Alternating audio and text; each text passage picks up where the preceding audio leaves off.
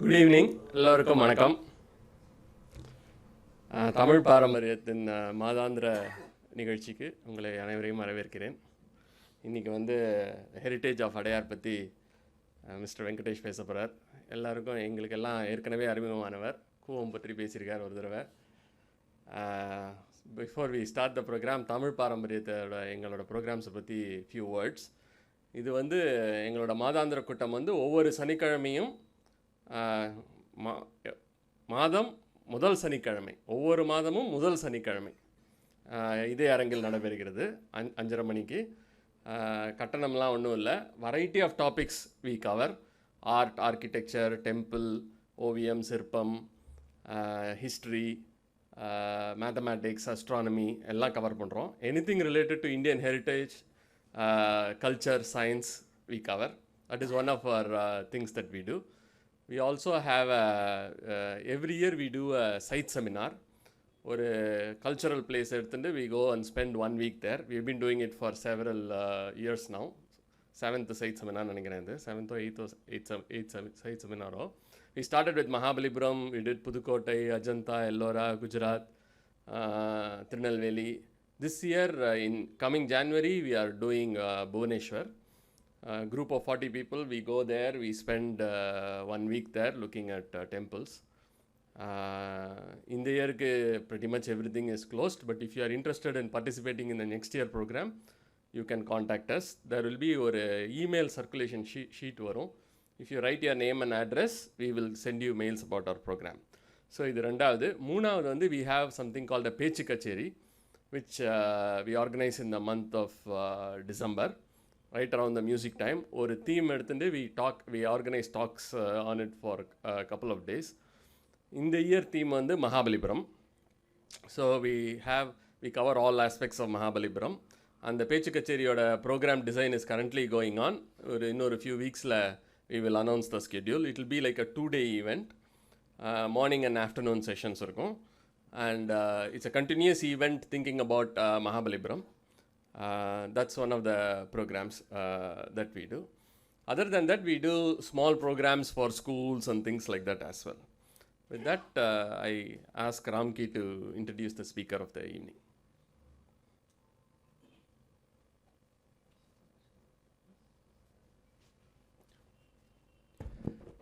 Good evening. Crazy மோகனை சொல்லுவாங்க 30 செகண்டில் ஒரு 6 ஜோக் சொல்லுவார் அப்படின்ட்டு. ஸோ அப்படியான ஒரு பர்சனாலிட்டி நம்மகிட்ட இங்கே இருக்கார் வெங்கடேஷ். ஜோக் பாயில் வரலாறு தகவல் அப்படியே கொட்டும். நீங்கள் பார்க்க போகிறீங்க. நீங்கள் நெக்ஸ்ட் ஒரு 1 ஹவருக்கு அவர்கிட்டருந்து எப்படி ஒரு ஸ்பான்டேனியஸாக இந்த அளவுக்கு வரப்போகுது அப்படிங்கிறத நீங்கள் பார்க்க போகிறீங்க. வெங்கடேஷ் எனக்கு ஒரு 10 வருஷமாக தெரியும்.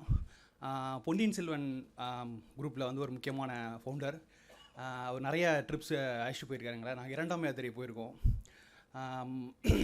இப்போ சமீபத்தில் இந்த சென்னை ஃப்ளட்டெல்லாம் வர்றதுக்கு முன்னாடியே நமக்கு கூவம் கரையோரம் நாங்கள் நிறையா ட்ரிப்ஸ் போயிருக்கோம். ஸோ நீங்கள் அவர் பேசும்போதே உங்களுக்கு தெரியும் அந்தளவுக்கு ஒரு உற்சாகத்தோட எல்லா தகவலையும் லிங்க் பண்ணி சொல்லுவார். நிச்சயமாக இந்த ப்ரோக்ராம் உங்களுக்கு ஒரு மறக்க முடியாத நிகழ்வாக இருக்குன்னு நான் நிச்சயமாக நம்புகிறேன். தேங்க்யூ.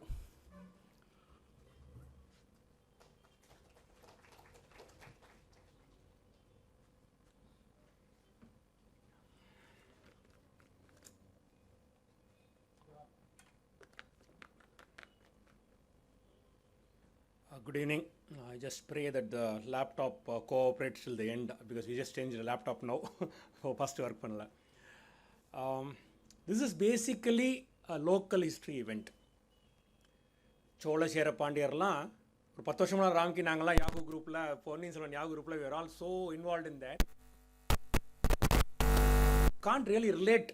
அந்த மாதிரி ஒரு கணக்கு வரப்போ தான் இந்த local history has become a எப்படி இருக்குன்னா how much you can relateங்கிறதுக்கு இன்றைக்கி V Sriram wrote an article in Hindu today about the Rajeswari Kalyana Mandapam, how it changed hands. The party which owned it in the middle, the Devakottai house party, is my ancestor.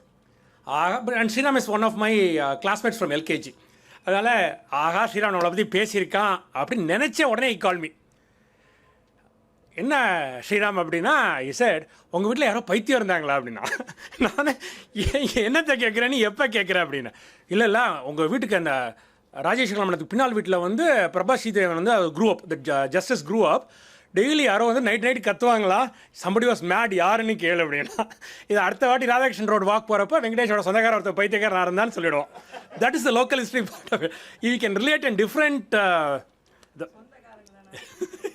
இப்போ தான் விசாரிச்சுட்டு இருக்கேன் யார். This is about 78 years back, before I was born. எப்படி வீட்டில் கேட்குறது, அப்பாட்ட யார் உங்கள் சித்தப்பா யாராவது லூஸாக இருந்தாங்களான்னு கேட்க முடியுமா? You can't ask. And I hope it is not hereditary. Most of you would also wish it is not hereditary. We did a very successful program on Kuvam. 2 years it took us all our time. எப்படின்னா ஒரு மெட்ராஸ் டேக்கு ஆரம்பித்தோம். We told Sriram we'll get ready for 2 months ஆரம்பித்தோம். It dragged along for 2 years. We marked something like 600 spots on the Kuvam, which has an importance. ஒரே ஒன்று மட்டும் சொல்கிறேன். The 1903 Wright brothers fly a plane in Kitty Hawk, USA. 1910 Island Groundsல the plane, first Indian plane, first Asian plane is flown. 7 years later the technology is brought here, a plane is made and flown in Madras. So these small things வந்து what exactly happens is when you go to Tanjore, you just talk about Chola history, Madurai Pona Pandya history.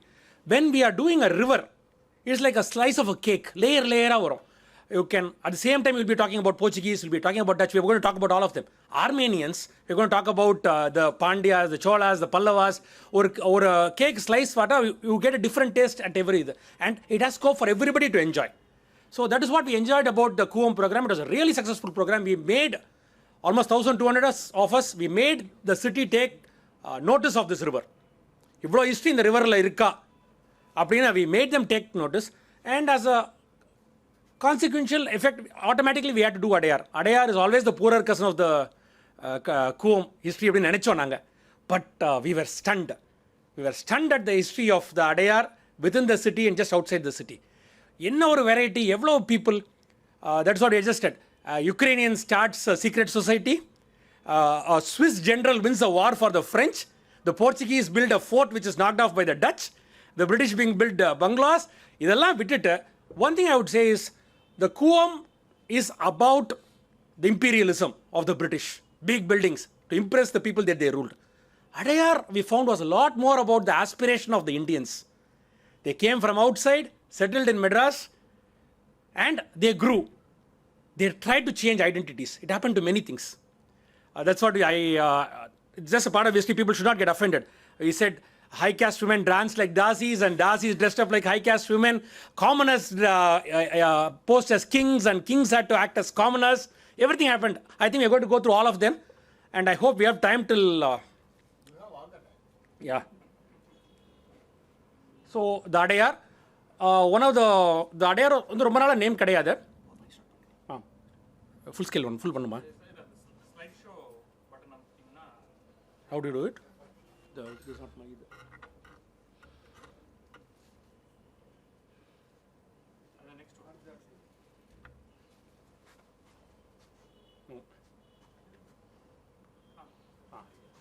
I'm stamping on things like that.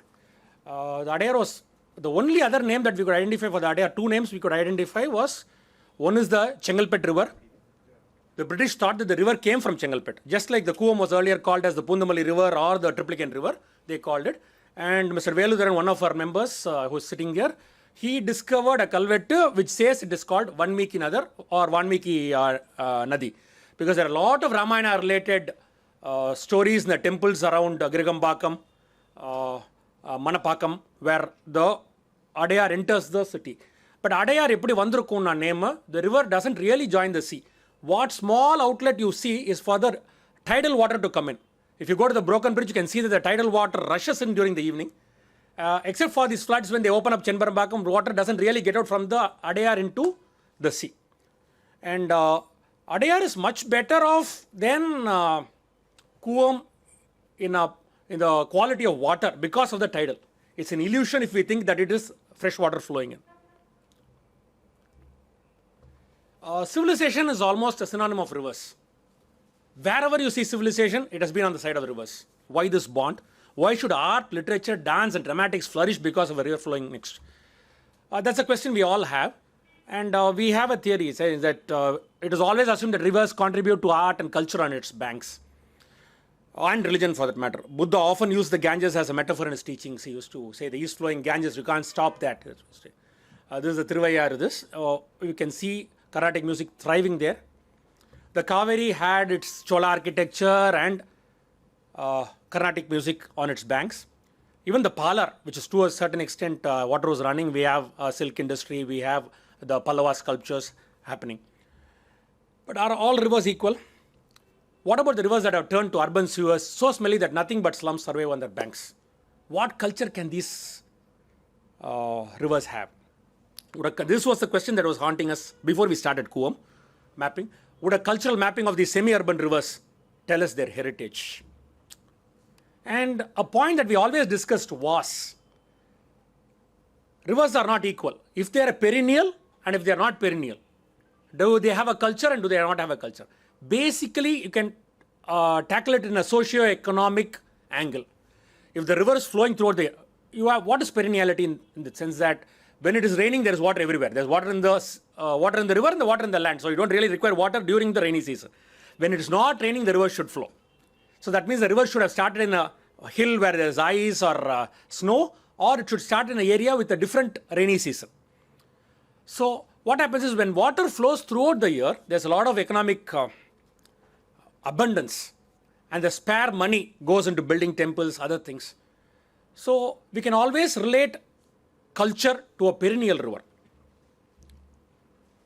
The economics of sponsorship. Culture cannot survive without sponsorship. It has to be sponsored. And to sponsor it, somebody must be making a lot of money. And in those days, say 100 years back, you need to have a perennial river nearby to make all that kind of money. And I'll come into the river systems of Madras. There are three parallel. Madras is totally a part of the Pallar basin. Some days, I think when the climate was different, they must have all been connected to the Pallar. We have the Korattaliyar in the north, the Kuam in the middle, and the Adayar in the south.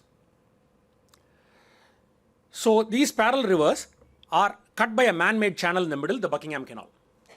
People always assume that any piece of dirty water in Madras is the Kuam.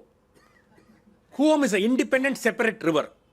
We have the Adayar. It happened when we did the Kuam mapping first. There was a Hindu who wanted to write an article about it, and the photographer went. Photographer was a personal friend of Sriram. So he just called up and said, I got a fantastic view of the Kuam from Chettinad Vidyashram.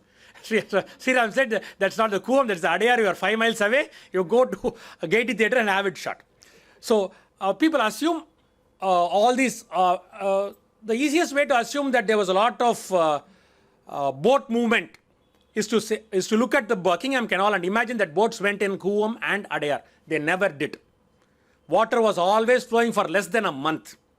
People cross the river. We have Mr. Hariharan here who used to go to night shows from AC Tech by taking a 5 paisa boat from AC Tech across the Nandram and to the theatre. He has told us the stories.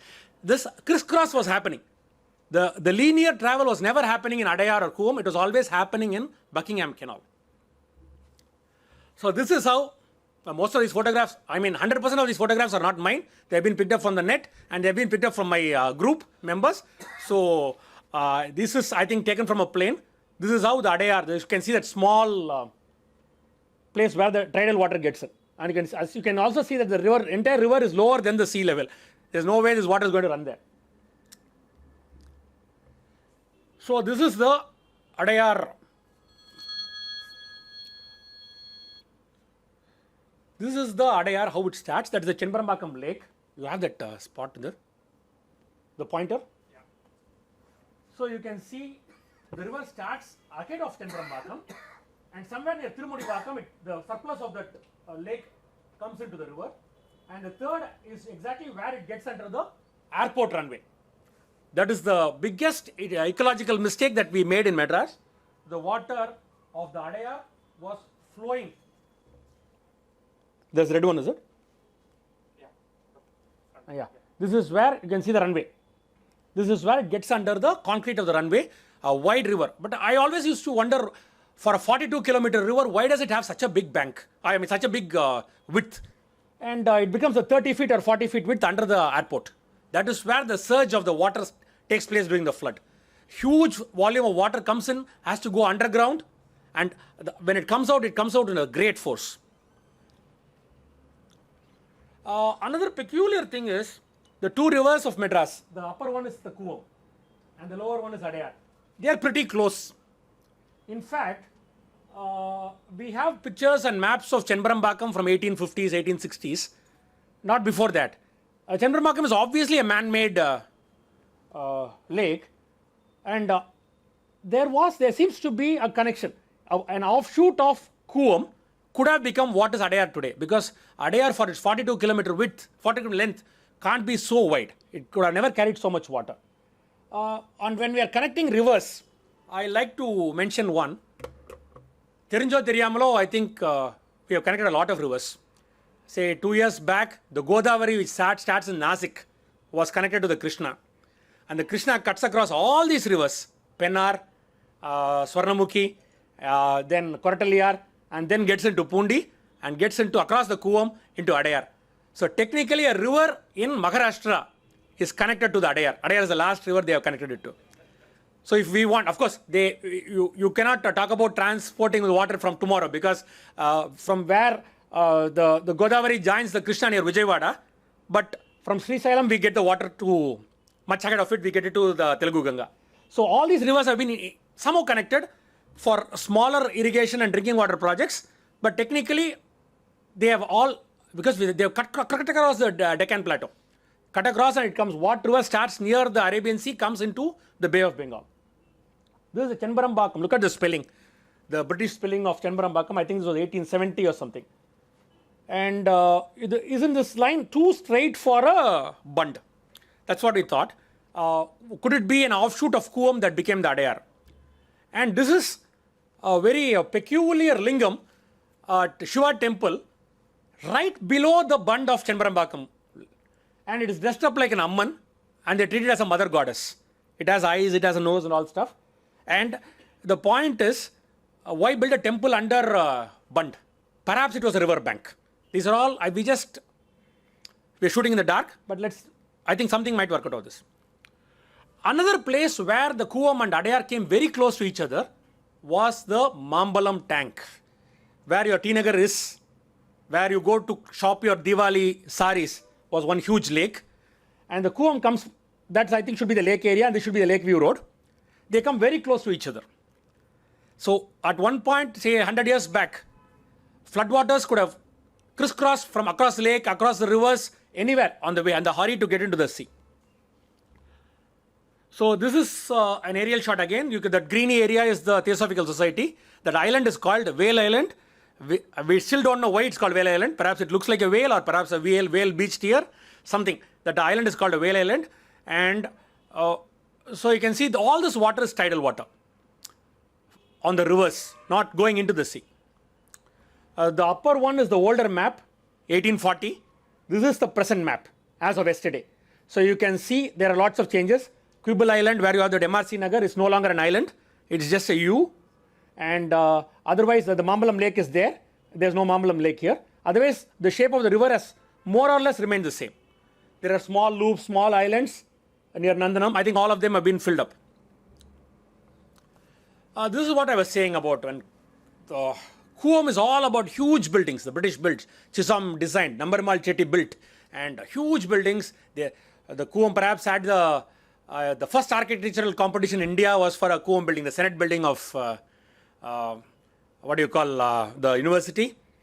And it was about government sponsored big. You had the zoos, you had the museums, you had very large buildings. And for example, the Doughton House on College Road, the portico is so high that the elephant with the howdah can walk in. And the king perhaps got into the first floor or something. There were several kings who were exiles there.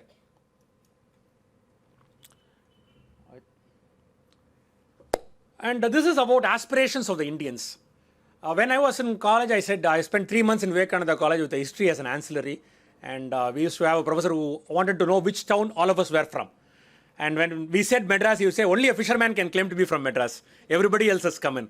So in that sense that people came in from outside, they had aspirations, they tried to erase their past wantonly or unknowingly.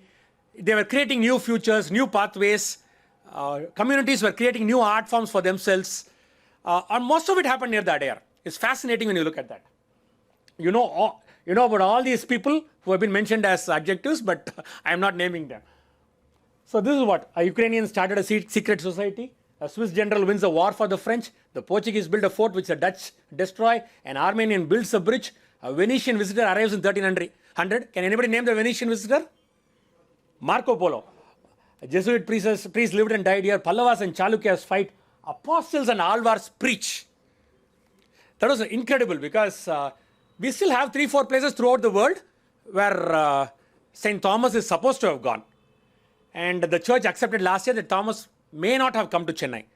But the story that Thomas came to Chennai, to Madras, is like as if it has been etched in stone. And almost all of the places linked with Thomas the Doubter. That's why I think he was called Thomas the Doubter, and we are constantly in doubt about whether he came here or didn't come here. All the places linked with Thomas are on the Adayar, whether it is St. Thomas Mount or Little Mount or Santhom. They are all on Adayar. And there's an interesting legend that the river once jammed up because of a big log of wood. It's a predominant in all churches in Santhom. You have a description drawn in Santhom Cathedral. That is the river near Santhom clogged at the mouth because of a big log of wood, and the entire town flooded, and St. Thomas took out his girdle and with a single hand removed that log. That legend is there. We also have a legend of Thirumangai Alvar with the same river in THIRUNEERMALAI. He got stuck in a hill because this area was flooded, and that's why the temple's name becomes THIRUNEERMALAI. There's a lot of confusion. Cultures mix like anything. That is the Singaravelan temple in Mylapore, that is Kabali Koila. And where that red arrow is, can you see the red arrow? Next time check it out. On the floor you will have these Portuguese or European words. It's actually a tombstone. It's a tombstone from Santhom, which has been used to, I see people already keeping their hands like this. So we were wondering what this would be, and we're trying, and then a book 1923, you can download that book, Antiquities of Mylapore and Santhom. This has been deciphered, and this tombstone, there's another tombstone on the Kalana Mandapam which has been removed. And this has been mistakenly mentioned in the book as on the floor of the Amman temple. It is actually in the Murugan temple that you can see this. So cultures were mixing left, right. This didn't happen 1,000 years back. This happened 150 years back when the Mudaliars redid the entire temple. The family of PAMMAL Sambanda Mudaliar, they repaired the entire temple. They wanted stone. They didn't have stone nearby. We get across lots of these things when you do Chola history. In the big temple in Tanjore, you can find a Pallava lion and a Pallava edict, Nandivarman's edict. Though the temple was built 300 years after the Pallavas went. That is because when the Nayaks repaired the temple, they didn't have stone. Geographically or politically, they didn't have a quarry. So they needed stone. They broke a temple called Brahmakutam next day and did the repairs. Something similar. They wanted stone. You didn't have stone in Madras or Mylapore. So the nearest available stone was taken. This is a tombstone, the covering. It's a fragment. But the history of the Adayar starts much, much earlier. This is the Pallavaram axe. The Pallavaram axe, there was a person working with Archaeological Survey of India or Geological Survey of India, Bruce Foot. He went for walking in the Pallavaram parade grounds next to the river, and he finds this. This is an axe. He is so stunned with the discovery that he doesn't talk about it for a year, because this is 1.5 million years old. It was not even Homo sapiens. We are all Homo sapiens. This was mankind before Homo sapiens came into India. They became extinct. A nice fiction writer could start off with how they lose an axe and starve and go extinct. So we can link it to that extinction. So this is the Pallavaram axe, and that there was a statistician called Gift Shiromani who worked with Madras Christian College. A fascinating man. His works are on the net. You can always go into that and find out. Gift Shiromani always used to say, look for cavemen sites wherever you have hills and water. Because for the night they need safety, they'll go up to the hill, they need to be near water. Typically you can find all those cane circles, those rounds where your rocks are arranged in rounds. You can find cane circles, you can find iron age sites, you can find iron slag. All over Vandalur, you can see them in Tiruporur. Wherever you have a hill and a water, you can find them. So typically this is the ideal spot for a caveman who didn't have fire to survive. The Pallavaram has hills and it has the river. The doubting Thomas, one of the 12 people associated with Christ, he doubted whether Christ had resurrected, so he's called doubting Thomas. the 4th century, what exactly happened was Christ settu poi or 300 years the story first is written. There was no written evidence when Christ was there. And then people allotted all these places. So they are all legends. But literary history is a very important aspect of the past. We just cannot ignore it. And 4th century, Doubting Thomas came to India and there are some written works in Europe. But the first clear thing is when we get Marco Polo into Madras, 1290 or 1300. When he comes and he visits, he comes to Madurai, he talks about the 5 Pandya kings. He goes all over, he goes to China, he goes to Serendip, which is Ceylon, and he also comes to Mylapore. He doesn't mention Mylapore. He talks about a town where Nestorian Christians exist, a small town exists, and where there is where Thomas is buried.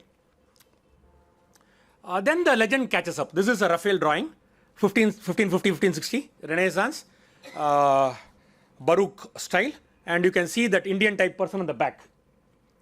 The legend catches up saying that Thomas was martyred in India. This. A person with, Raphael might not have seen an Indian at all, for that matter. The legend was so strong perhaps. This is an old photo of the St. Thomas Mount. You can have a very good view of the airport and the Adayar River from here. This is the church inside. And this is the great trigonometric survey. I had posted a question in that events page. Parangi Malaikum Everest enna connection. I got connected because he also mentioned Crazy Mohan. There was a very nice drama of Crazy Mohan in those days, Marriage Made in Saloon, where these guys go for a quiz and they set up the quiz master and get all the questions and answers in the same order. But suddenly this Madhu's girlfriend comes and says, if I don't win this quiz, something big is going to be lost. So he purposely says wrong answers. So the quiz master asks him, which is the tallest mountain in India, in the world, and this guy says Parangi Malai. This is the first thing I remember. But what is the connection between Parangi Malai and Everest? The great trigonometric survey which measured India first started on St. Thomas Mount. It is about triangulation. They measure areas in triangles. They have a theodolite, which was 1 ton. Now it's much lighter. The engineering students use it on the road. So it was much heavier, 1 ton heavier. And a person called Lambton started it. And a person called Everest finished it, almost finished it. And Everest mountain was named after Everest. This is a pillar they built in Calcutta. This is how they do a survey. They go to a high place. So in South India, it was very easy. Lambton talks about lots of temple gopurams where he climbs with the theodolite. And anyway, St. Thomas Mount was the first place where they started. And Racecourse was the first spot they marked with the theodolite. Both of them are on the banks of the Adayar. The entire country was mapped for revenue purposes. I'm talking about 1800s. And it is one of the phenomenal cooperative activity and one of the first stages of improvement that the British really thrust on India. This is Lambton. Lambton has a statue on the St. Thomas Mount on the left. And he also has a small statue which we believe on the Tanjore Big Temple. Tanjore Big Temple, he takes up the 1 ton theodolite on the top of the temple, 216 feet up there, and it tumbles down on the north side. And Lambton just writes, for repairs I spent 1 year in Tanjore. These are all only plaster work. So we just assume a lot of features look like Lambton. So we thought this must have been sponsored by Lambton. So we are putting forward a theory. The nearest theory is that it is a Dane from Tankubar. Next we come to Thiruneermalai. Thiruneermalai is very important for Adayar because it is the only Padal Petrasthalam. It is one of the 108 Tirupatis. We don't have anything. Kuvam has Thiruvirkolam, it has Ilambayam Kotur, it has Thiruverkadu, Padi is almost on it. And surprisingly, Buckingham Canal has the maximum of this. Mahabalipuram, Thiruvidandai, Thiruvanmiyur, Mylapore, Triplicane, everything is on the Buckingham Canal. Buckingham Canal, if you start mapping, would be one of the fantastic water bodies in India. We have a college which gave 2 Nobel laureates on the backyard of the what do you call Buckingham Canal. Thiruneermalai, Thiruttali Malaimanga. So anybody wants to get married without the father or mother knowing, go and get married. It is one big center for the very famous people who have got married here. I'm not mentioning them, but Thiruneermalai has it's a Divya Desam. It has been sung about by the Alvars. The name Thiruneermalai rises because after Thirumangai legend.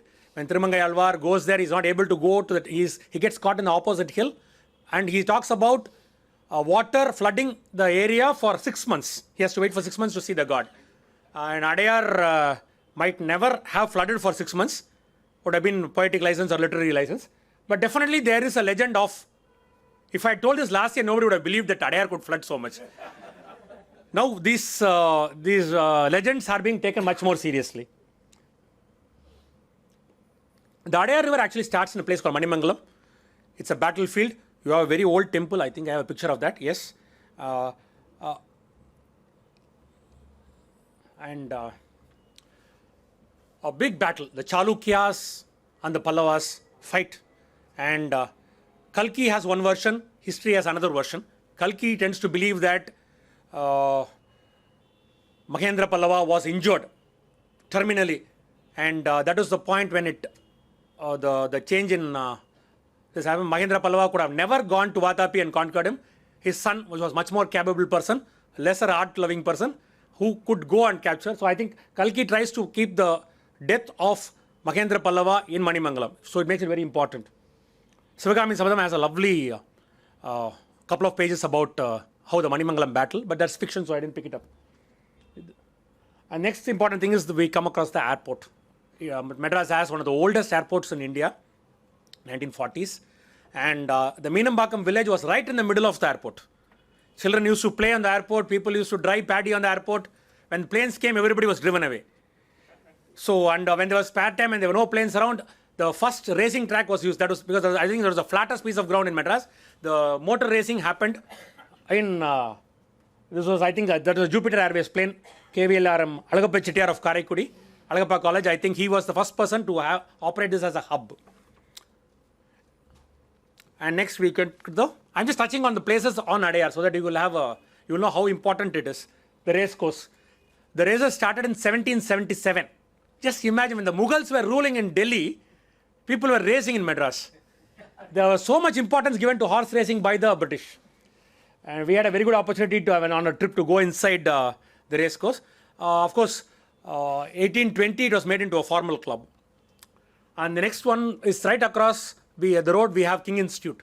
A lot of people don't go there unless you are traveling to Africa. If you travel to Africa, you need a yellow fever injection. And King Institute is one of the 2 places in Madras which gives you a yellow fever injection.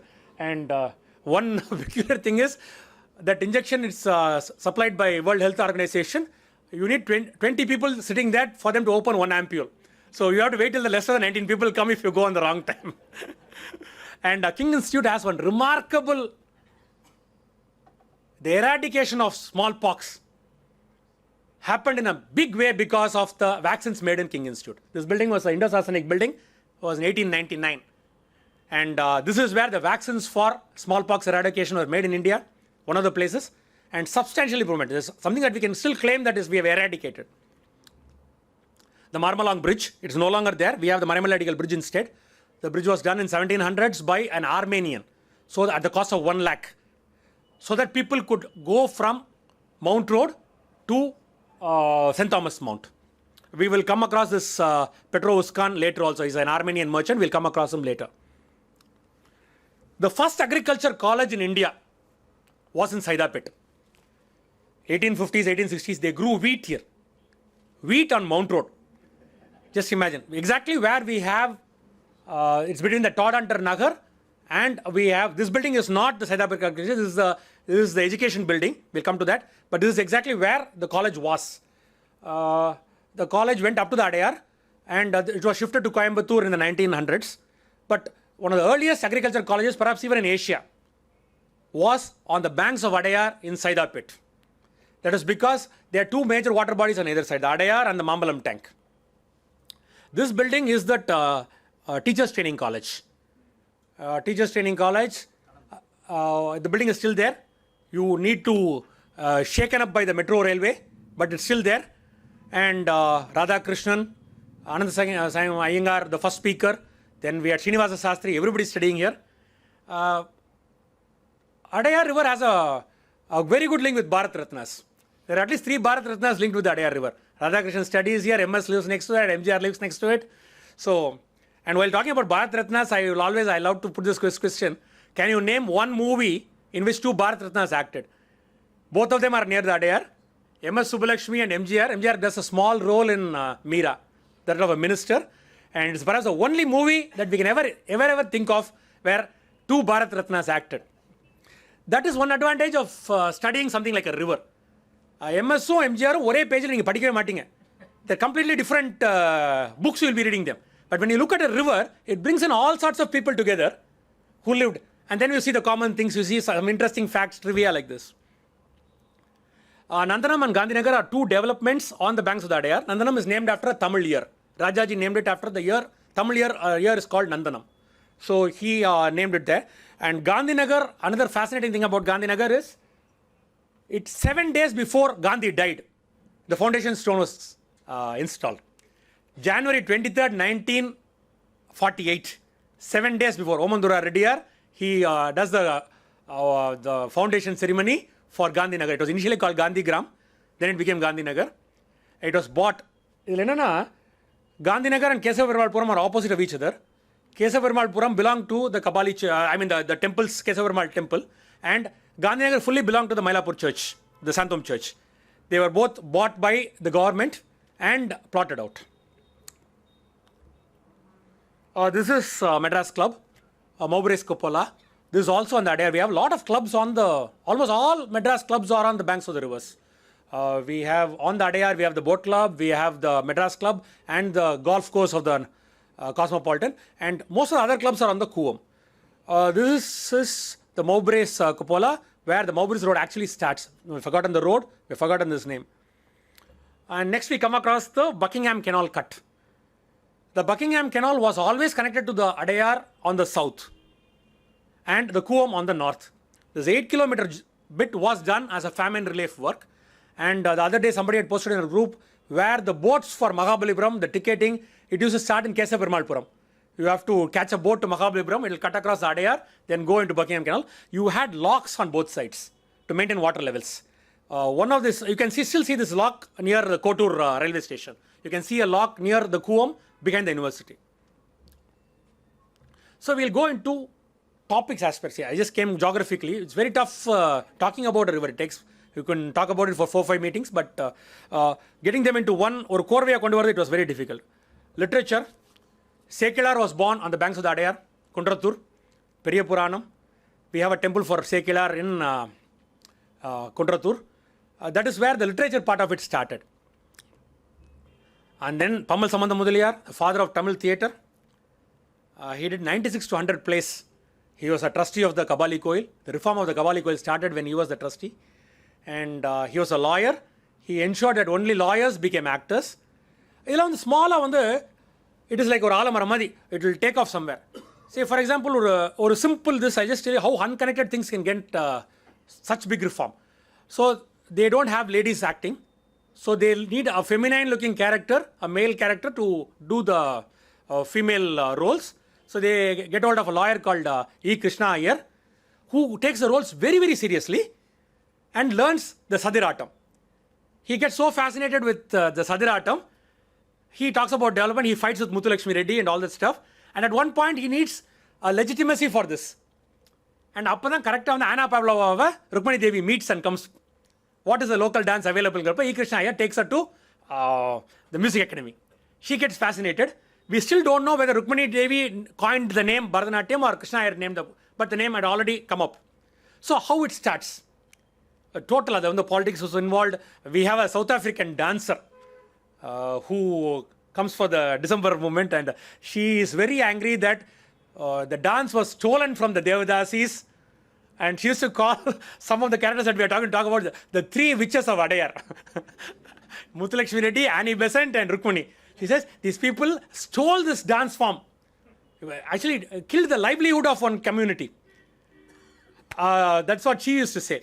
PAMMAL Sambandha MUDALIYAR was fascinating. He translated a lot of, all his achievements were on the banks of the Kuam, but the Suguna Villa Sabha was always on the banks of the Kuam. So he translated a lot of Shakespeare into Tamil. And names could be correct. Virumbiyadu Virumbiyapadi, as you like it. Amaladityan will be Hamlet. Jwalita Ramanan, Romeo Juliet, and Makkapati or something for Macbeth, all that. Vannipurathu Vanigan, Merchant of Venice. So அந்த மாதிரி ஃபேசினேட்டிங்காக இருக்கும். இதில் வந்து I think our dramasலே was the biggest loss-making drama was Amaladityan after Hamlet. It should have gone into the dustbin of history. It did not, because it was converted into Manohara, and big people came in and somehow unconnected things will get connected in history. Pammal Sambandha Mudaliyar is a very remarkable person, and another major achievement of his was respectability for theatre. Innekki varaikkum we respect theatre and cinema and things in Tamil Nadu. Unless you are connected to cinema, you cannot become a... This is a favorite line of mine. நதி கன்னிப்பருவம் கடந்தும் தன் மணாளனாகிய சமுதிரராஜனிடம் சென்றடைய விரும்பினாள். காடும் மேடும் கடந்து பாறைகளையும் பள்ளங்களையும் தாண்டி கொண்டு விரைந்து சென்றாள். அவர் சொல்ற கடைசியாக வந்து 2 கை கொண்டு கட்டி பிடிக்கிறார் சீயை அப்படின்னு ஒரு லைன் வரும். This was written on the banks of Adyar. This was written about another river. A much famous river, much famous novel. Any guesses? Ponniyin Selvan. Ponniyin Selvan was written on the banks of Adyar, and ஒரு 4 சாப்டருக்கு ஒரு சாப்டரில் he will describe about the river. He'll talk about one place, he'll talk about the gold. இன்னைக்கு கூட if you cross Adayar bridge during sunrise, either Kotruppuram or Adayar bridge, you can see the water is gold. அப்படியே ஒரு இடத்துல வந்து கல்கி will describe the பொன் நிறத்தில் அப்படியே இந்த சூரியன் வந்து விரிக்கிறனால பொன்னின்னு பேர் வந்தது அப்படிம்பார். The river Kaveri. இது வந்து ரொம்ப crucial line where he gives a clue. காவேரியின் பிரவாகம் இசைத்த இனிய ஸ்ருதிக்கு இணங்க இருபுறத்து சோலைகளிலும் பல வகை புள்ளினங்கள் மங்கள கீதங்கள் பாடி வாழ்த்தின. கற்பனை உலகிலே சஞ்சரித்து பகற்கனவு காண்பதற்கு இடமும் நேரமும் சூழ்நிலையும் மிக வாய்ப்பாக இருந்தன. இது வந்து it's a part of Ponniyin Selvan, but very very autobiographical. If you remember that he sat ஒரு அகண்ட காவேரி சைஸுக்கு ஒரு ரிவர் இருந்தது பக்கத்தில், though it was tidal water. You are sitting in Gandhinagar and writing. And remarkably, it is one of the best creations of Kalki. Though he had other literally masterpieces, this was a feel-good novel. India freedom vandhathu, pudu edathukku poirundaru, and it was a very positive novel. And for the first time, he writes about so much about a river. There's not so much about Palar also in Sivagami Sabadam. He talks so much about rivers in this novel. Definitely, pakkathu veetla river odinradhukappa we cannot exclude it from our thought process. So Kalki, I would also say that 70-80% of the people who come into history and heritage in Tamil Nadu have come through Ponniyin Selvan. At least we are 2 of us here. Ponniyin Selvan padichittu dhaan we all came into history. Ponniyin Selvan padichadukku appuram next stage we went. For example, the Ponniyin Selvan Yahoo group that we have Vijay Kumar in Singapore fighting for the idol restorations. We have novelists, we have biographers, we have archaeologists, we have people who can epigraphists. Everything came because we all got together because of Ponniyin Selvan. This is his characters. Of course, it is from all his novels, and the next one would be Carnatic music.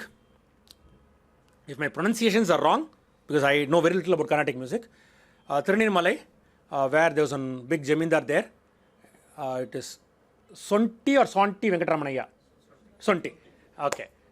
The guru of Tyagaraja, who stayed in Thiruneermalai, sang for the Jamindar and made his wealth, and then started teaching students. So that is one of the first link that we get to Adayar. I am going chronologically. Then Kovur, Tyagaraja himself comes. Sriram asks, இவ்வளோ சின்ன கோயிலில் ஒரு road இருக்க கோயிலுக்கு தியாகராஜா 5 பாட்டு பாடியிருக்காரு அப்படிமாரு. So Kovur, and it's about Shiva temple again. It is not about what he usually sings, not about drama or something that he usually sings. So Kovur is once again, though it is not very close to the Adayar, it is definitely dependent on Adayar as a cultural medium. And Tyagaraja sings about Kovur. Of course, Pattammal and MS, though not in their peaks, spent their last 3 or 4 decades on the banks of the Adyar. Cinema had a very big takeoff along the Adyar. People always imagine Kodambakam, other places. But when the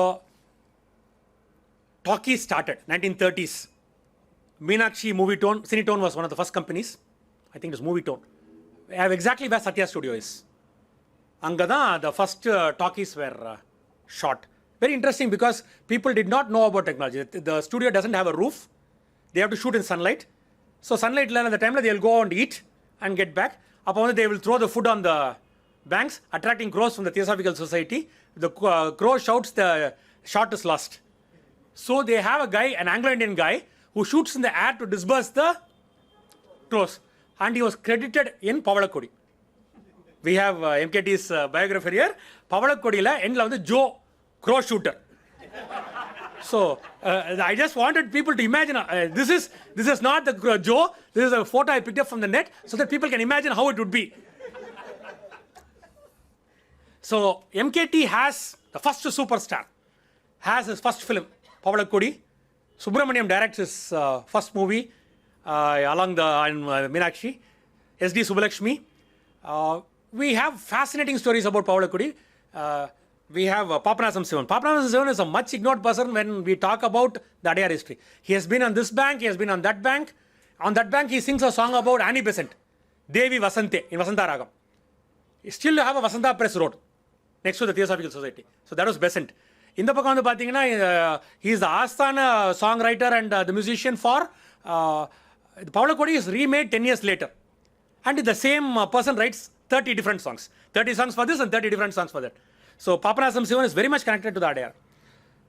Eppadi irukka parunga MTAT. For a generation, he set the hairstyle, he set the fashions, and one of the most successful banners in Tamil, or a multilingual banner, AVM.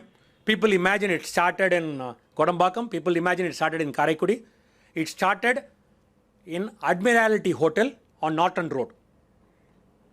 St. John's இருக்குல்ல, St. John's பக்கத்துல Norton Road ஒன்று இருக்கும். Norton Road, in fact, we had a very big discussion in our group, young Nandan and me, on whether to include Kabali temple as a part of Adayar culture. How far do you think Adayar is from the Kabali temple? Any guesses? 4. 800 meters. Along Norton Road and Adam Street, Adayar Creek is 800 meters. That's a part of Adayar. It was an island earlier.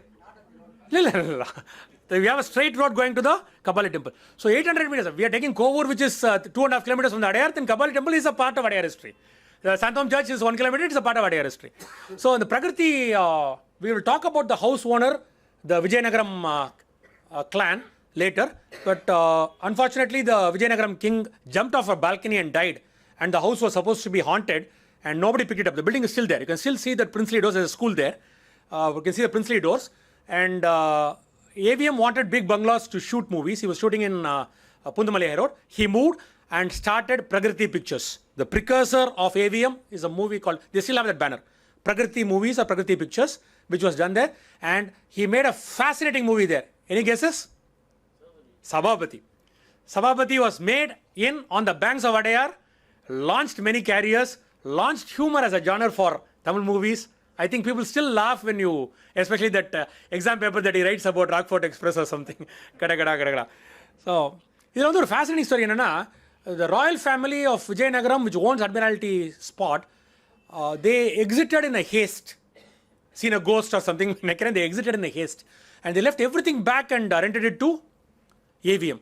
And much later, AVM, he took all those precious things, locked it up in a room, personally held the key.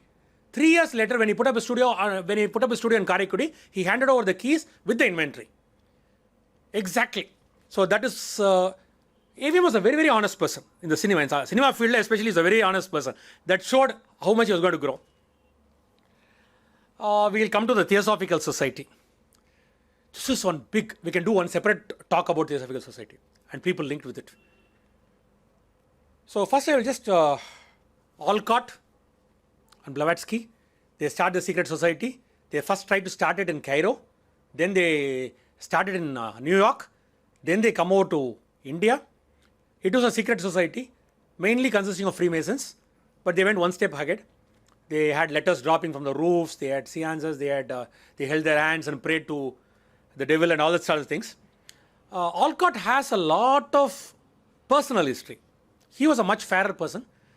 The revival of Buddhism, once again I'm talking about those links that which still affect us. Buddhism was not so strong. They were not mentally linked. The British and the Portuguese were controlling Sri Lanka. The revival of Buddhism, something like what Tilak did here in Maharashtra, was done by Alcott. Alcott still has a road named after him. He started the Ananda College. It was called something else earlier. There was a huge revival of Buddhism, which contributes to the political situation right now in Sri Lanka.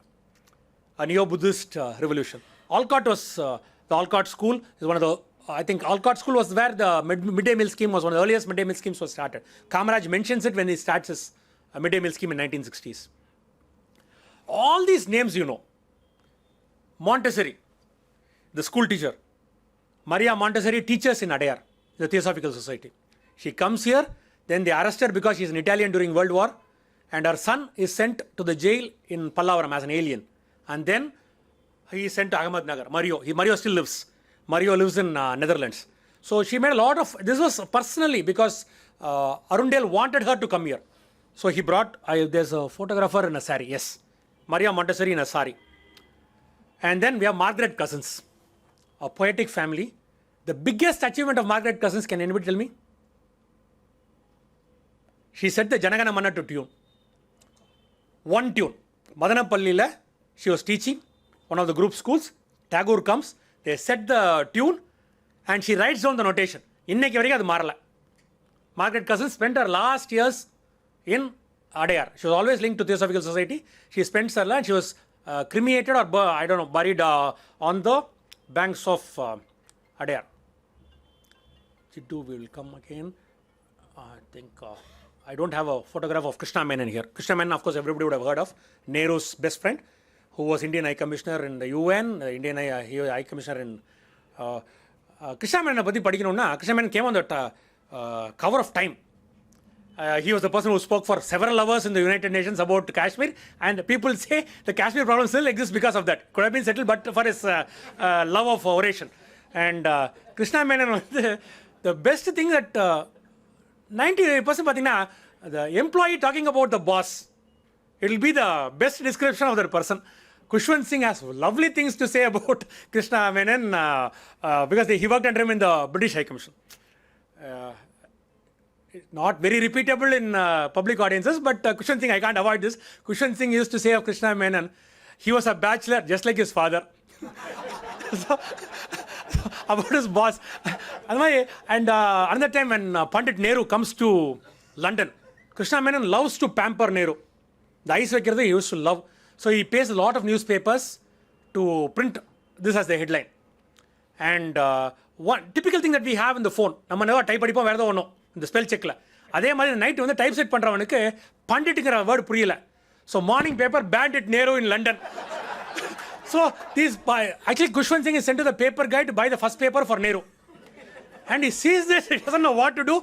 He runs back to the embassy quarters. They all come back and buy all those papers. One particular paper published this way. So Krishna Menon time was one of the... But Krishna Menon suddenly fell into the... But Krishna Menon, how he is linked to the Theosophical Society. I shouldn't go out of the track. Because the Scout movement. Baden-Powell from South Africa and the British government in India don't think that Indians are fit to be scouts. They see it as Indian government, at least the British government, sees it as a potential threat. Naalik a revolution andana, these people can work. So they never allow the scout movement to start in India. Annie Besant has a challenge. Annie Besant, for all her flaws, has done more for this area than any Madrasi. Annie Besant will come again in a little time. But she starts the scout movement as a parallel. She starts it in Adayar. The scout movement, there were some small scout movements in a Bangalore school where Anglo-Indians were admitted. But this is the first scout movement for Indians was started in Adayar. The place is still there. And 1918, Baden-Powell comes, he's so impressed, he thinks this could be a parallel movement. So he wants a merge. And gives Annie Besant the highest award for scouts. The Silver Wolf Award. Annie Besant is already involved in that acquiring Jiddu Krishnamurti for Theosophical Society. From her father, they go for a case. And there is a satire written about Annie Besant. The fox with the golden tail.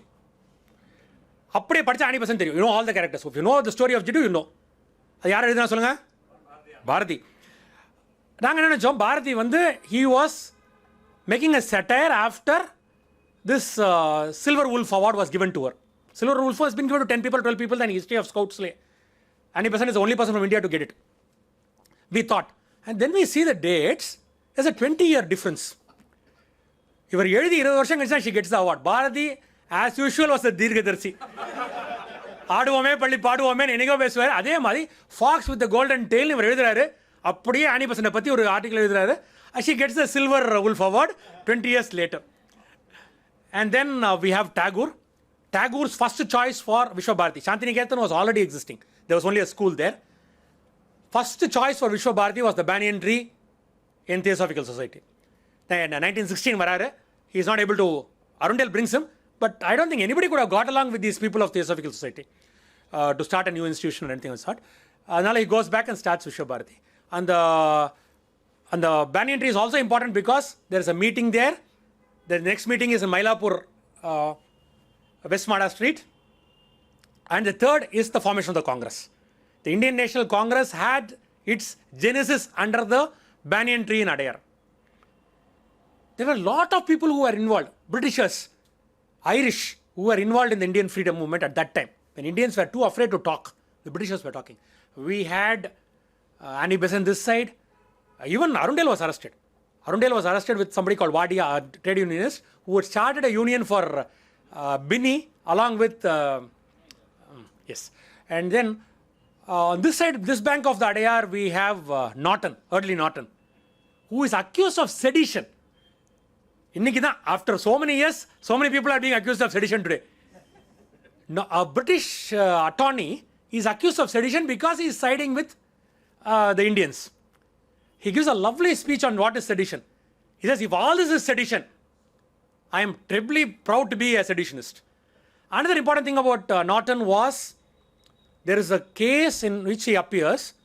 The opposite person is, he mentions something almost slander in the High Court about Sullivan, who is the Corporation Commissioner or something. This is the Bodhi Nayakan or dacoity case.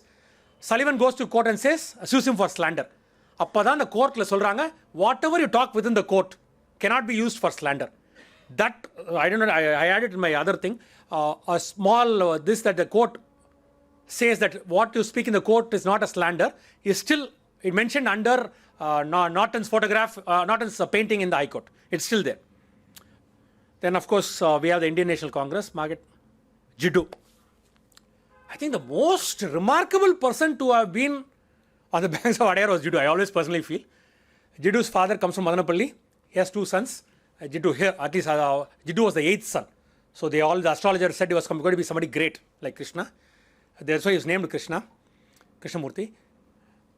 And they are on the beach because his father is working in Theosophical Society. Then Leadbeater. Leadbeater was not a very nice man. Much later in life, Jiddu would say that Leadbeater was an evil man. Leadbeater had many scandals along his life. And but he said, here is the next Messiah, the vehicle of truth. We have to train him. And Leadbeater had that fantastic power over Annie Besant, who was the only person who could decide anything in the Theosophical Society. She decides that this person is the Messiah, we will train him, they send him to England, they make him study. And the membership of Theosophical Society jumps to 85,000. We don't have mentions of what it was earlier, but this is multifold. People donate money, land. There's one single person who donates 5,000 acres and a castle in Netherlands. Jiddu mentions returning it once he throws away this mantle. The Theosophical Society suddenly becomes a cash cow. They can buy anything. We will come to that later. But Jiddu at one point decides that he is not the Messiah. He throws away the mantle. He's a very good philosopher. But he says, I'm not God. You look into yourselves for your God. And Jiddu, because he was discovered on the banks of Adayar, because he was trained on the banks of the Adayar, is a very, very important Adayar personality. The Nilakanta Sastri family. We don't even know who Nilakanta Sastri is. He's not the historian, the other person. He's from Madurai, works in PWD, retires. He's not even allowed to settle inside Theosophical Society. He takes a house outside Theosophical Society. Then his 14-year-old daughter falls in love with the 40-year-old person, groomed to be the next president of the Theosophical Society, Rukmani Devi Arundel. They wait for 2 years and get married. 5 or 6 years down the line, Arundel becomes the president. And that is the time when Talakshetra land is bought. And Once Arundel passes, Jina Rajadasa becomes the president, and Rukmani's brother Sriram becomes the number 2 in the Theosophical Society. At one point, a lot of people don't know this, Rukmani Devi Arundel and her brother Sriram were contesting for the presidentship of Theosophical Society. It had become a family affair. Rukmani loses, then later she moves to Kalakshetra.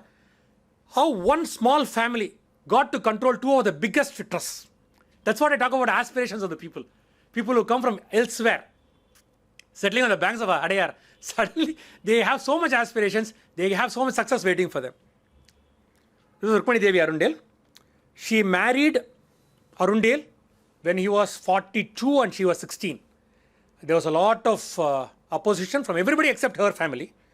And they went to Bombay and a civil marriage. They traveled all around the world. And during one of these trips to Australia, she meets Anna Pavlova, the ballerina. Wants to learn ballet. She learns ballet for some time. And Anna Pavlova says, you look at your local art systems. That's when she comes back, gets into touch with E. Krishna Iyer, floats the Bharatanatyam. We have a photograph of the, I don't have the photograph of the house. Her house is still intact, just or 10 meters from the Adyar.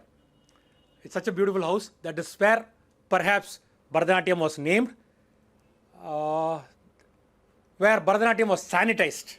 I would say that word. Bharatanatyam, the Sadiratam did not have a too good reputation earlier. Within 5-6 years, a team of 4 or 5 people could sanitize it. And the main vehicle, I would say that E. Krishna here did most of the work for sanitizing the Sadir into Bharatanatyam. And the popularity did not come because of Rukmani. The popularity came because of Baby Kamala or Kumari Kamala, whoever she was. She danced in all those movies that had small girls flocking to the Bharatanatyam classes. But the real, making it a middle class phenomenon, upgrading it from one caste to make it a real status symbol to say that my daughter dances, came because of Rukmani Devi Arundel. That's a phenomenal achievement, good, bad or ugly. There is a phenomenal achievement for one person to do in a lifetime. Today it's going to be a lot of stories about people because people have been remarkably successful. This is Durgabai Deshmukh. Durgabai Deshmukh, when she joins the Congress, she is child bride, leaves her husband and joins the Congress when she is 13. And in one Congress meeting, the front rows are ticketed. Or 5 rupees or 10 rupees which goes into the donation fund. So, in the point where the kudukka mudiyala, so they ask her to stand there and collect the tickets. Don't allow anybody inside without a ticket. So, a very handsome man comes in. She says ticket. He says, "Yanakku ticket ah." Yes, you give a ticket and go in. The local organizer runs and ava kaada pudichu thiruguran. Nehru tiya ticket vaangara neenu. Nehru is going to speak, but Nehru remembers her. And such a remarkable character, Durgabai Deshmukh, and the Andhra Mela Sabha, now it's named after her now. And this plot on the north bank of the Adayar River was given by a queen of Mirzapur. And I think one of the greatest achievers in women related issues was Durgabai Deshmukh. And this is my favorite topic, the Battle of Adayar. I think the name Adyar is used first time in the history for the Battle of Adyar. I don't think it was used that time. Fort St. George is captured by the French. The British are all prisoners, including Clive. And the Nawab of Arcot, who is the most powerful force, says you 2 guys should not fight here. To teach the French a lesson, Mahfuz Khan, who is the son of Anwaruddin, the Nawab of Arcot, lays siege to the Fort St. George. Anga they fire the cannons, then this army scatters. Then they get the news that the French are getting a reinforcement from Pondicherry. So you can still see that place, Oceanic Hotel, Foreshore Estate, and there are 10,000 soldiers of the largest army in the south. They stand facing south. And Paradis, who is a Swiss general, engineer who becomes a general, leads 200 French soldiers. Some say it's 1,000, some say it's 200. There are too many versions. There's a Clive version, there's an Anandarangam Pillai version of how this battle happened. So 200 people, and Paradis decides it's now or never. He fords the river. 200 people, and these people fire the cannons, the 5 guys fire the bayonets, and the 10,000 people scatter. I think it was the real David and Goliath battle. Voltaire compares it to Thermopylae, Sparta. He compares it to Thermopylae when he's writing. Nobody's seen this. They hear this, and it is magnified every time it is repeated. And Voltaire calls it the Thermopylae, the war of Thermopylae. The Athenians defeated, Spartans defeated the Persians. அப்போ என்ன ஆகுதுன்னா the next week, Clive escapes from Fort St. George. But that's the news is here. An organized army of 200 people can beat an unorganized army of 10,000 people with elephants. Mahfuz Khan rushes from, அது வந்து தமிழில் சொல்லுவோம் துண்டக்கானன் துணியக்கானன். He doesn't, that's what Anandarangam Pillai writes. He had lost his upper garment, but still rushed to save his life on an elephant to Kundratur. Kundratur போகிற வரைக்கும் நிற்கல. That was the size of the victory paradise. They didn't lose a single person. They marched, they didn't stop. They marched all the way to Fort St. George and joined the people inside. So, appadan that feeling comes in that an organized armies are the future. So, the British are very fast learners. Very, very fast learners. Clive goes to Fort David in Kadalur. In the war of Padre, then they form the Madras Battalion. Regiment, sorry, Madras Regiment. Madras Regiment is the precursor of the armies of three countries, India, Bangladesh and Pakistan. It started in Kadalur. It started days after the Battle of Adyar. So, Muthaiya used to say that this is one of the most decisive battles in the history of India. Very well recorded. You can walk there, you can see how they could have fought. You can see where they could have forded the river. It is a very recent 250 years old war which has affected the history of Madras. Adukapparam, then we should see how Fort St. George came back to the British. There's a place in Canada which was exchanged for Madras. Anybody can tell me the place? Nova Scotia was exchanged for Madras after in the Austrian Succession War. This is a tale of two kings. One was a real king who has been downgraded to a zamindar. The other was a moneylender who was posing as a king. Both of them lived on the banks of the Adyar. One was extremely successful and one was extremely a failure. So let me go to Alak Narayana Raju, the king of Vijayanagaram. Vijayanagaram is a very ancient caste, ancient kingdom, but the British had downgraded them to a zameen. And a fascinating character, his brother captained India for cricket, Vizzy. Had his own private cricket team. And he was the person instrumental in sending Lala Amarnath back from England, halfway through a tour. So at one point, the queen, who is from Himachal Pradesh, Vidyavati, you can find her name in lots of institutions in Madras. Vidyavati, you have scholarships in her name, you have schools in her name. The Gurudwara in G.N. Jetty Road she built. He marries, they don't get along. They have a lot of children, but they don't get along. There's a lot of scandal. She has a very young male friend who influences her to go to court. The male friend was looking at the Vijayanagaram Zameen when he was destined for much, much bigger things. He later becomes president of the country, but he influences her to file a case in the court saying that her husband is insane. The king is insane, so you give me the kingdom and the kids, the control of the kids. That's the next king. And a team of lawyers, a battery of lawyers on the opposite side, including Alladi Krishnaswamy, judges Subbarao,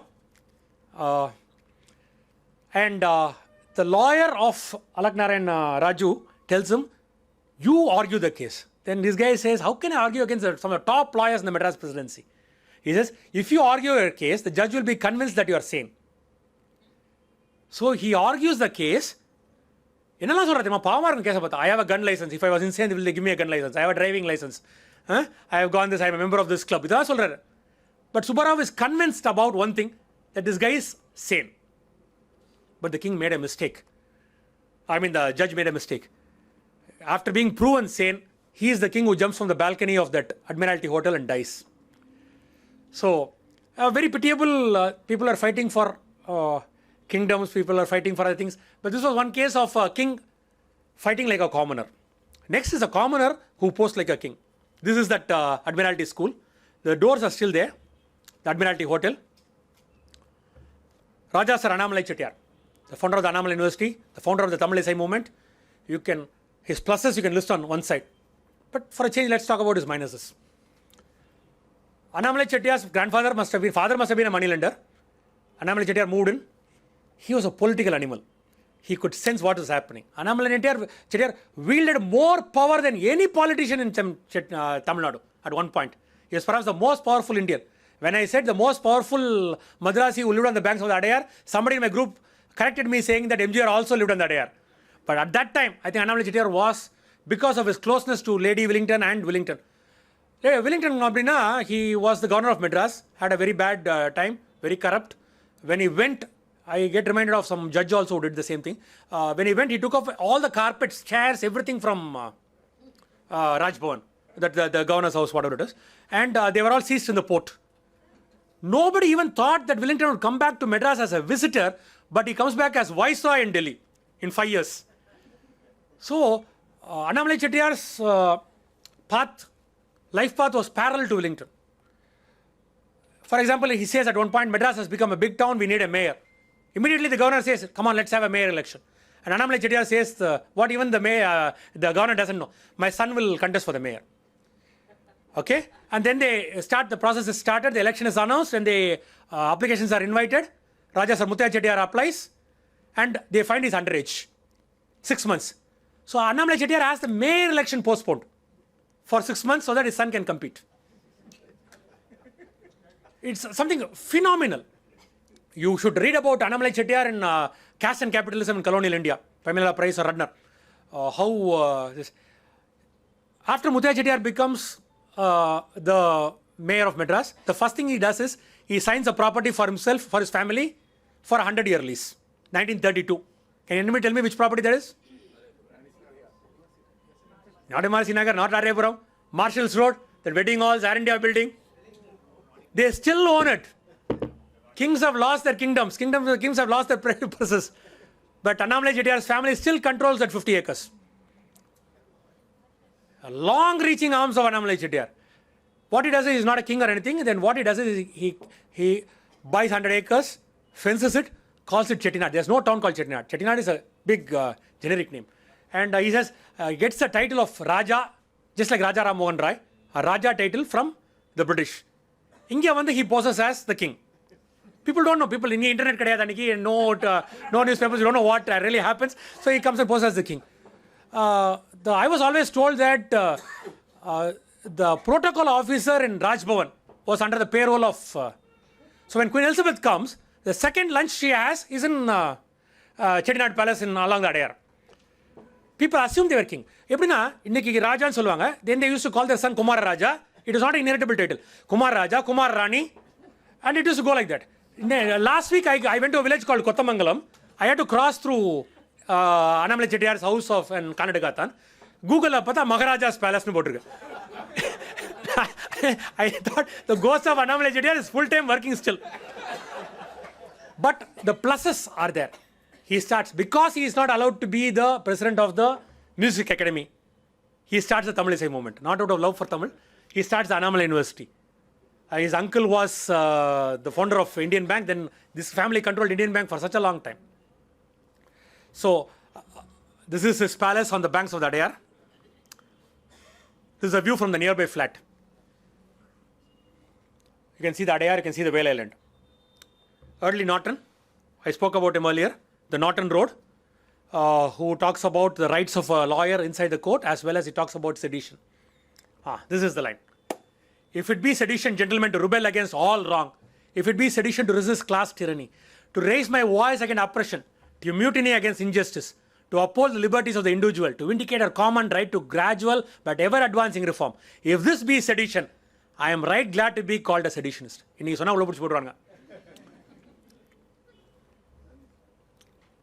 So this is, we come to one of the, I think we have time, one of the last parts of Adyar, Santom.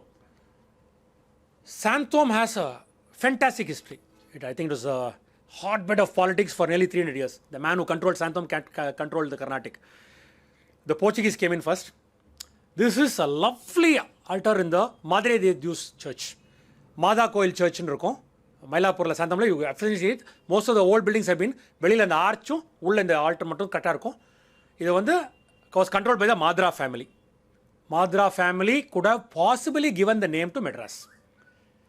A very strong contender, because they also owned where you have that hospital, Secretariat hospital, Rajaji Bhavan, Rajaji, what do you call that? That government estate. They rented it to the British East India Company. It was Madras House, Madras House, Madras House, Madras House. Possibility. Though we have other theories and other contenders for Madras, I think the Madra family have a very strong contention for the title. This is the St. Rita's Church. அந்த இடத்துல டிராஃபிக்கை தாண்டி போனால் போதும்னு இருக்கும் சாந்தோமில். This is inside the building behind is the Santom school. This church is actually jetting into the Santom High Road. So, but most of us don't notice this. It's a beautiful church, a small one. And can you see those two small ledges? This and this. இது ரெண்டுமே கல்வெட்டு edicts. I have one of them. This is an Armenian kalvettu, Armenian edict, which says, in memory of the Armenian nation.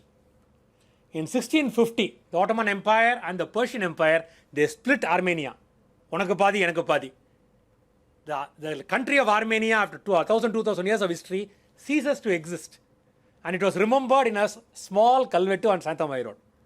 Of course, when USSR broke up, we have Armenia again today. But this was done by Uskan, who built that bridge, was one of the leading Armenian merchants. This, in the kalvettu was done in 17 something, when the crypt of St. Thomas was opened.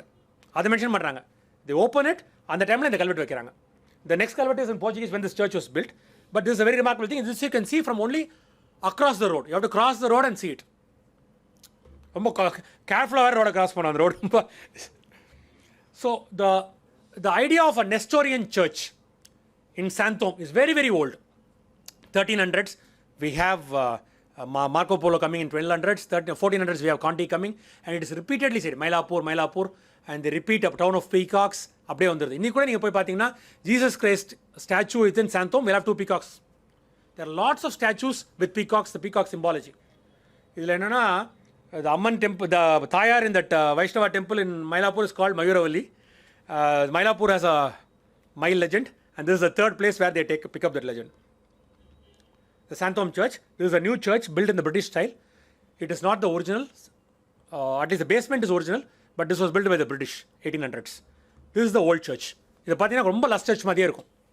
It looked like last church, and this is where you have the crypt. You are allowed to go into the crypt, see the place where he was buried. You have a nice museum. We have some impressive things in the museum, very controversial things. I think before they remove it, you should go and see all those. This is a Vikrama Chola kalvettu.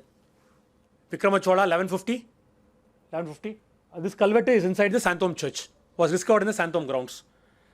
This is the text. It is about giving land to a Kuttandavara. Nadarajar koilukku, somebody gives land. So they talk about this. This is also a fragment. But the more interesting kalvettu is this. This is in a pillar. We were not able to see it. A Meykirti of Rajaraja in Mylapore. 1920 it was last seen. The pillar is standing inside the bishop's house. We were not able to see it, but this has been recorded. Mandalam, the typical Meykirti. And another kalvettu which I should have talked about in St. Thomas Mount. Kasu Kadamayum Nel Ayana Thirumayilapu Thirupumbavai. I think this is the only place Pumbavai is mentioned in a kalvettu. இது வந்து send Thomas மவுண்ட்ல இந்த மேல nurses குவார்ட்டர்ஸ்ல படியில இருக்குன்னு போட்டிருக்காங்க. That is also on the banks of the Adyar. இல்ல but கூட மீன் fragment இங்க எடுத்து போயிருக்கலாம், கல் வேணும்னு எடுத்து போயிருக்கலாம். So Thirupumbavai. Pumbavai is a fascinating character. We should all be proud that a Madras girl is mentioned 10 times in the Devavaram. Nobody else is mentioned 10 times in the Devavaram except the poets themselves. Pumbavai எந்திரிச்சுவான்னு Kabali கோயில்ல Sambandar will sing. So we ought to be proud that Pumbavai is mentioned so many times in Devavaram. And this I was very fascinated because now we can't see this. It must have gone into some other concrete building. But it has been padi eduthachu. It has been mentioned in books. These 2 lions were discovered within the church grounds. Mela pathina you can see the peacocks. Peacock between a cross. These lions are poor imitations of the Pallava lions. Must be the Nayak period. And must have been stood in front of some temple in Mylapore. This is the plan of the Santom fort. And you have the Adayar River being marked here. There were 2 forts in Santom. The Portuguese had a huge fort, which was demolished by the Dutch and the Golconda forces. Golconda ruled Mylapore and Santham for some time. Another Kacheri Road. Kacheri Road is in that name. And this fort, if you see the fort or lines, I don't know, I think I have the picture. This picture. Leith Castle Road. Up you can find the same shape in the roads. Until a few years back, people used to say they used to have the big walls, but that was after Santham redoubt. The British built two small forts, one in Egmore and one in Santham. There was a small fort built on the ruins of the older fort, but then nobody took care. And one fascinating thing about this is, Parry started his first factory in Mylapore, in Santham. He made leathers for export to USA. That must have been the first individual private factory in the history of India. We had company factories earlier. At the height of its glory under the Portuguese, the artillery might of the fort, 30 iron guns, 1 of brass, 3 6 9-pounders, swivel gun of 40 iron hoop, 12 falcons and 4 wall pieces. This was the defense of Mylapore. And still they fell. And where was all the gunpowder coming from? You still have this road in Mylapore.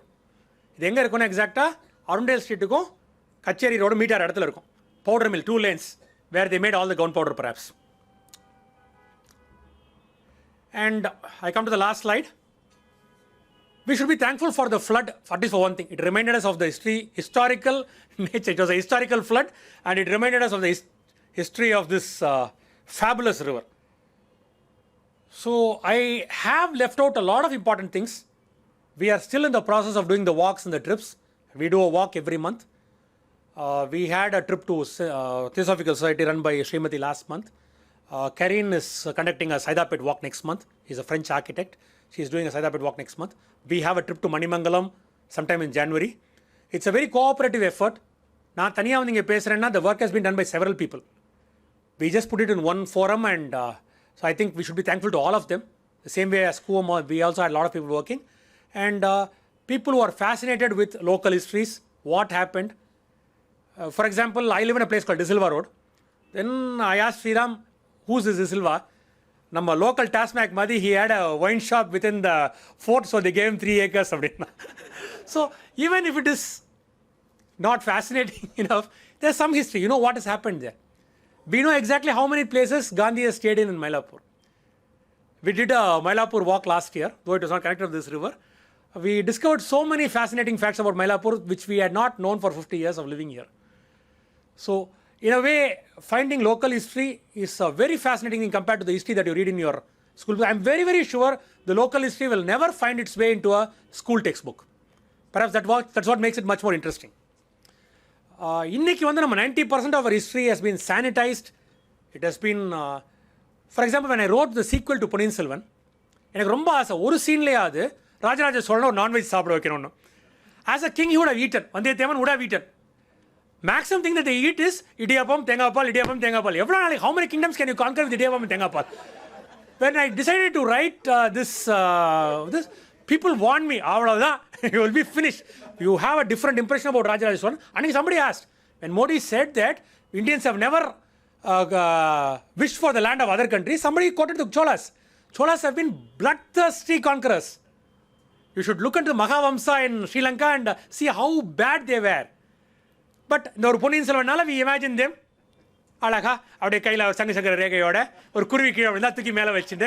It's nice to hear, but that's not the history.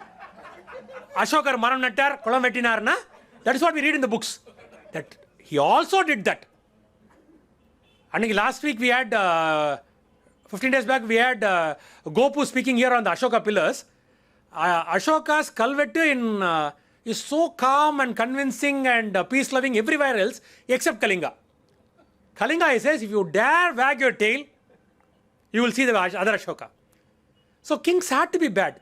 We are sanitizing it with fiction. I can be accused of that crime too, but local history has too much of reality, too much of, the flavor. You're proud, much more proud of knowing that these things happened here. For example, when we did that Mylapore walk, we talked about the MLM house, which has all members in that family have a road named after them. The house, that huge house began in the Nageswara Park, the Paragon Theatre people. The father's name is at Mahalingapuram in Kodambakam. Every child in the house has a road named after them. That is history.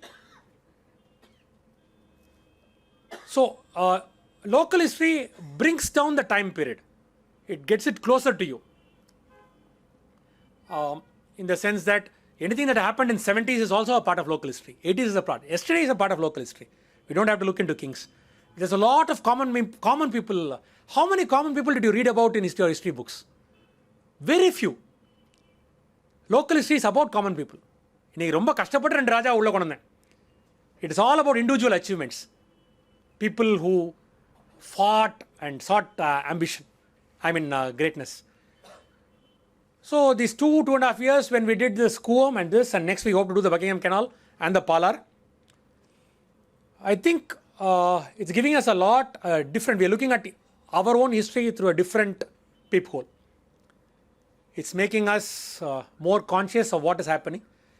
Local history has more, importance when you are talking about these ecological issues. We know what was there. We knew that the Adayar had 2 arms. It went around an island. Now one arm has been cut off by filling. That might be causing the floods. Quibble Island was just one cemetery and a place where, because Lazarus was the patron saint of lepers. So there was always a story, I used to hear it as a kid, that Quibble Island was an island of lepers. Whenever somebody got leprosy, they used to send them to Quibble Island. There was no patta there. Now everything has been partitioned. Huge high rises. We have destroyed the estuary. People are fighting back to get the estuary into place. And we talk about it only for 1 week, 10 days after the flood. Then we forget it. I think local history will be the vehicle for us to look after the places which we cherish unknowingly and which have helped us live and succeed. Thank you so much.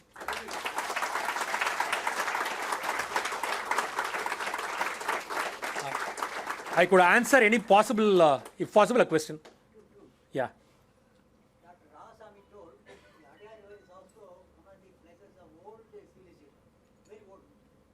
Another 1.5 million years.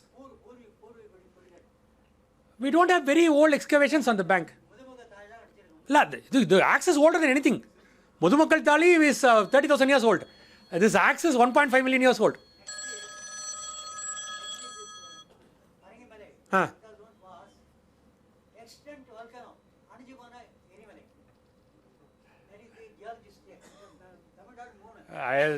There are so much around Parangimalai that you have a temple, Bringi temple.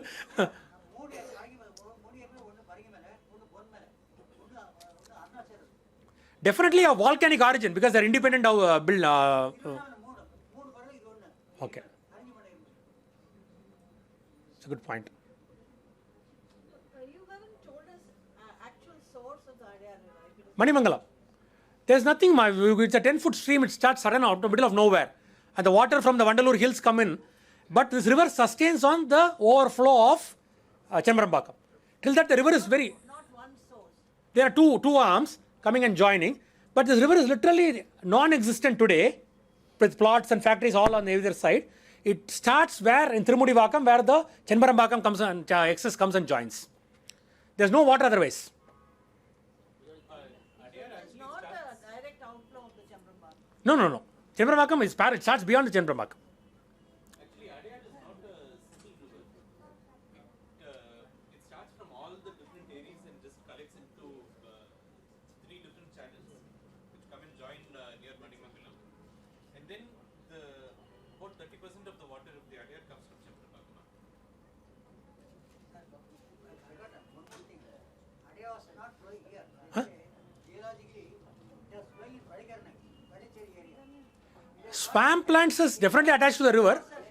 Huh? Last 300 years, Marla, sir. I showed you a 300-year-old map.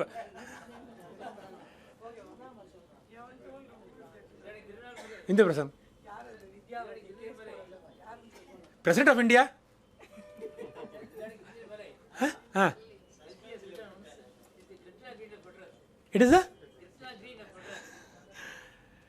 THIRUNEERMALAI has some fascinating histories. And I think a lot of people, one thing we found is that if you go to St. Thomas Mount, there are notices everywhere saying couples should not loiter here. The Theosophical Society has 4 separate watchmen for this, to chase away the couples.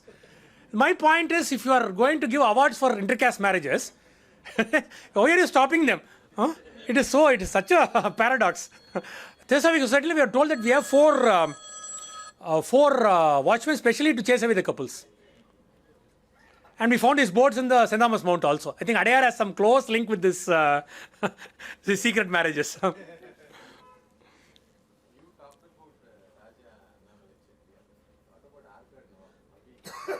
Arcot Nawab ancestry is much, much deeper. It is not about, he was a subordinate of the Hyderabad, who were subordinates of Mughals. At one point, they were reporting directly to the Mughal king. Through the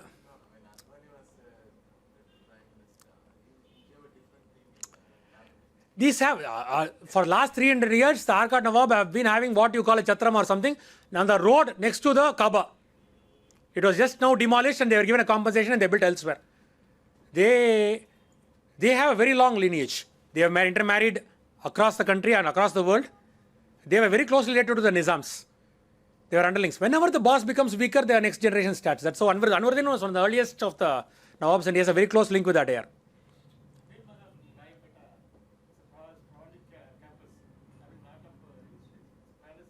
That's a very recent tapas. It was built by the British for them. The original Nawabs days, once again, I forgot to tell that, we lived along the Kachari Road. When they came from Arcot, Kachari Road, 2 or 3 mosques, we have very old mosques. Kachari Road, they lived in that area while they were building the Chepauk Palace. Chepauk Palace went in an auction, not an auction which only the British participated. Adhikapuram they built this Amirmangalam. Amirmangalam is very, very recent. The third palace the Arcot Nawab is living in. First 2 palaces are gone.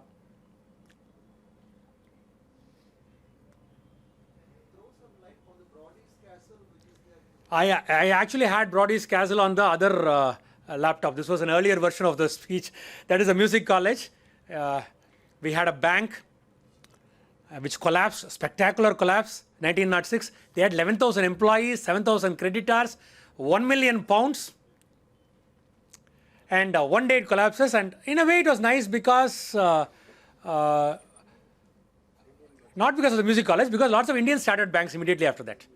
A lot of Indians started banks, and for 70-80 years they controlled banks. Orthon bought. Arbuthnot Bank. The boss committed suicide, not the boss, the house was actually Brody's Castle. Brody committed suicide or drowned in the Adyar. There are lots of drowning accidents in the Adyar till recent. So then till it became the music college, I think it was very unlucky. It kept changing hands, and this bank was one of those big scandals which happened there. Imagine a company in 1906 having 11,000 employees. They should have paralleled the Madras Presidency government. Guindy Engineering College originally started as a surveyors college on the banks of the Coom, shifted 2 times and then came here. A lot of this, you should remember, this was not fresh water. People wanted to treat them as drainage waters. So wherever a lot of people were, like colleges were going to stay, they put it on the river banks. என்னைக்குமே அடையாரில் வந்து salt water தான் ஓடி இருக்கும், till engineering college at least. So they couldn't have used it for drinking water. So almost all educational institutions those days, British days, were on the rivers. Coom majority, the agriculture college and Anna University mattu, it was on the banks of the Adyar. Of course, St. Patrick's School. St. Patrick's School also was on the Adyar. That is also 1800s. King Institute is a teaching institution much later. It's much later. Much later.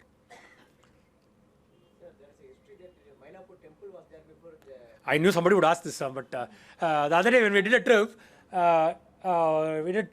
we went to temples which are a few meters away from the Santhom Cathedral, Kolavilli Amman, Valishwarar, a few meters away.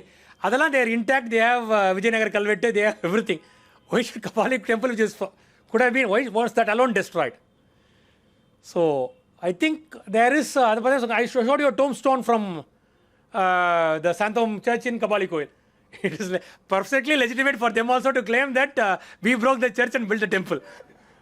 So I think we should have a mandatory period, 100 years, 200 years. அதுக்கு முன்னால எதுவும் பேசக்கூடாது. கோயில் தானே கட்டினா, search தான் கட்டினா. So that's how we have to. But there was lots of Jain statues on Santhomai Road, in individual houses inside the church, next to the church. That statue was taken intact and taken somewhere in Chayar. Neminatha. Melchidamur. இப்போ காமிச்சேனே sir. இல்லை, they are very honest about it. Was discovered here and தைரியமா they are keeping it inside the museum. They are not opposing it. But I like to be, I go to a lot to Kabaleshwar temple. I like to believe that it was here that Samandar sang, that it was here that Adayar sang, that it was here where Parvati as a peacock came and prayed to God. I like to believe that. But I think Hinduism வந்து place or the idols are not very important. They can be replaced. So I think Hinduism was always evolved because of that success. We can move our temples, we can move our gods, we can replace our gods.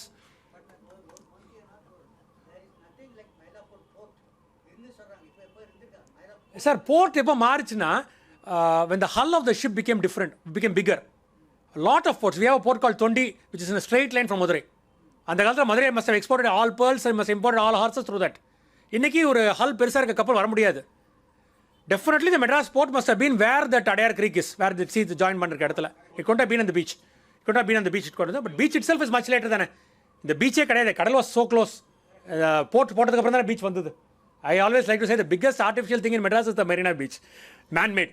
People would not believe it is man-made. It is man-made. So the sea was much closer. We actually had a wall along the beach road. Not in this. We had a bulwark along the beach road to stop the sea from coming in. அது எப்போ கண்டுபிடிச்சாங்கன்னா the RBI underbridge தோன்றப்போ they found so much bricks there. Heavy land.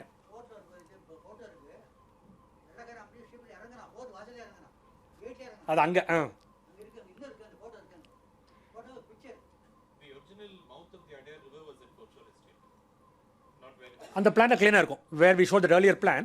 The island was intact and the river was opening up there.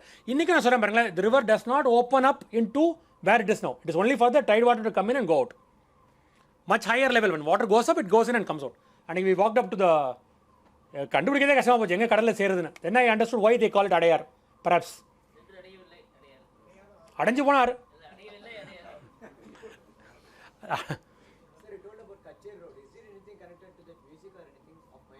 Kacheri is a court. It's a police court. Golconda rule பண்ணுறப்ப கச்சேரி இன்றைக்கி அங்கே தான் கிராமத்தில் எனக்கு கச்சேரி தான் சொல்லுவாங்க. போலீஸ் இதெல்லாம் போலீஸ் ஸ்டேஷன்ஸ் கச்சேரி, நம்ம கச்சேரி இல்லை. So equally violence happens in both. I think this is a different கச்சேரி.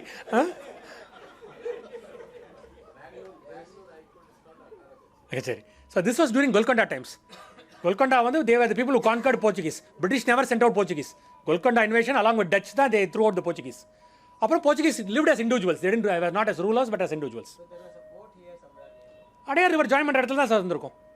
Another fascinating thing we found is Shashwat and I, we took a list of all European ports in Tamil Nadu, Andhra and Tamil Nadu, starting from Masulipattnam, Pulikat, Fort St. George, Santhome, Cedras, Pondicherry, Porto Novo.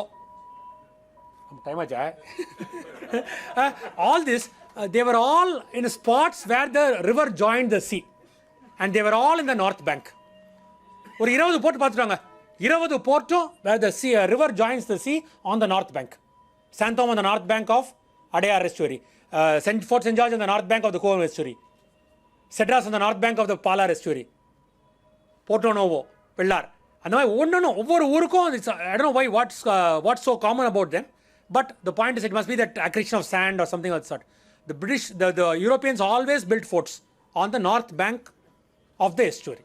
It was definitely near a sea and it was definitely near the river.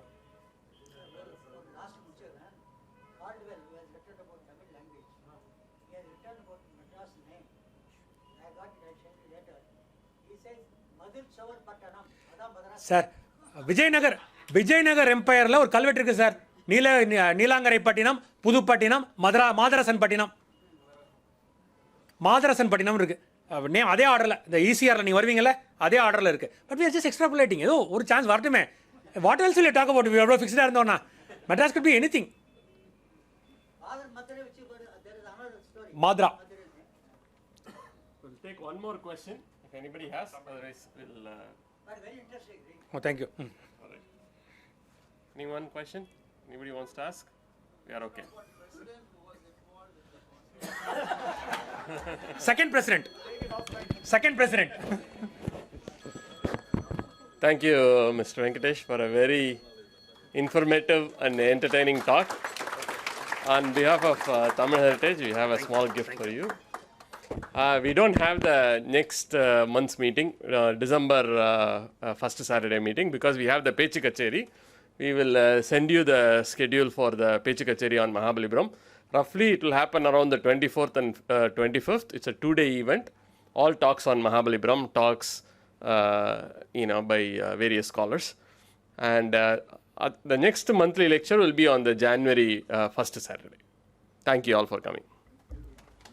Please look up Adayar cultural mapping on Facebook. Join us in this exploration river. You can also join us for the walks and these one-day trips that we are.